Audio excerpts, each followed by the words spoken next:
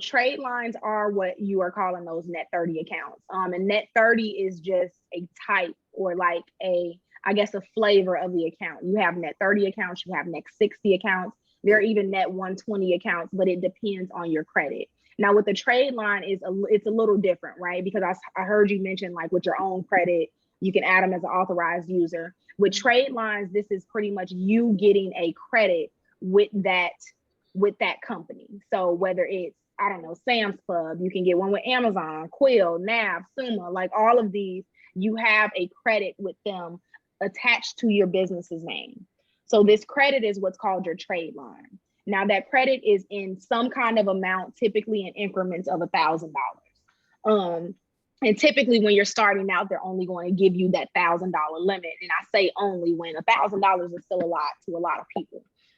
But nonetheless, that is what that is. So the trade line is whatever net account that they're giving you. So the terms of your net account is pretty much outlined in that name, whether it's a NET30 account, a NET60, that is your terms. And that pretty much means that we're going to give you this credit for you to use. So you can use it. You're not going to get a card. You're not going to get a card at all. It's pretty much you just like, we're going to invoice you rather than asking you, hey, pay this amount in full today. We're going to say in 30 days, that is when the payment is due. So we're giving you net 30 days. So after 30 days, that is when you have to pay it, no later than 30 days. And if it's a NET60 account, it's 60 days, so on and so forth. But what that allows you to do is kind of establish your credit worthiness on a business sense. So it's similar to the way that your credit card works with your personal credit.